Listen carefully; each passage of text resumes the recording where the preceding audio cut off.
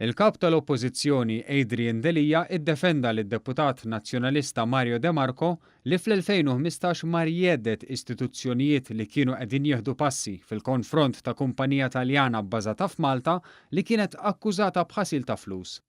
Kien il-Ministru għall-Finanzi Edward Cicluna li f'artiklu f'The Times żvela li waqt laqa li kellu mad-deputat nazzjonalista dwar il-ġlieda kontra l-ħasil ta' flus, Mario De Marco ħareġ minn din il-laqa biex mar jeddet lill-istess awtoritajiet biex jiddefendi kumpanija li kienet tinsab taħt skrutinju qawwi mill-awtoritajiet Maltin.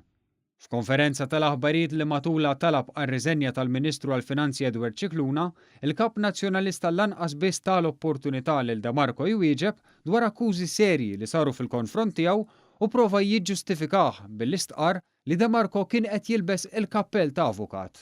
L-ewwel jekk tikkonfermax, Onorevoli De Marco, dan id-dettalji li qal u x'inhi l-pożizzjoni tagħkom anke bħala oppożizzjoni.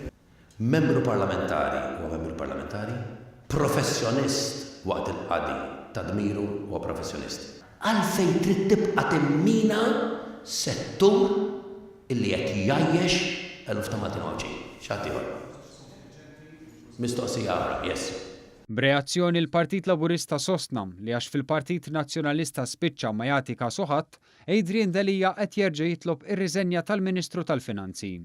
Ministru li ħadem biex insaħħu l-istituzzjonijiet ta' pajjiżna fil-ġlieda kontra l-ħasil ta' flus, fl-istess ħin li De Marco kien li mrieħel jitkellem fisem min kellu akkużi ta' ħasil ta' flus.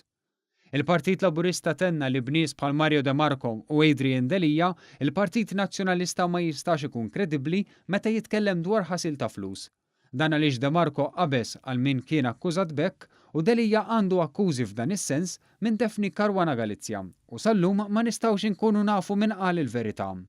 Dan għax Delija bil-biża' mar jirtira il-libelli u baqa' qatt ma laqa l-isfida li joqgħod għal inkjesta maġisterjali.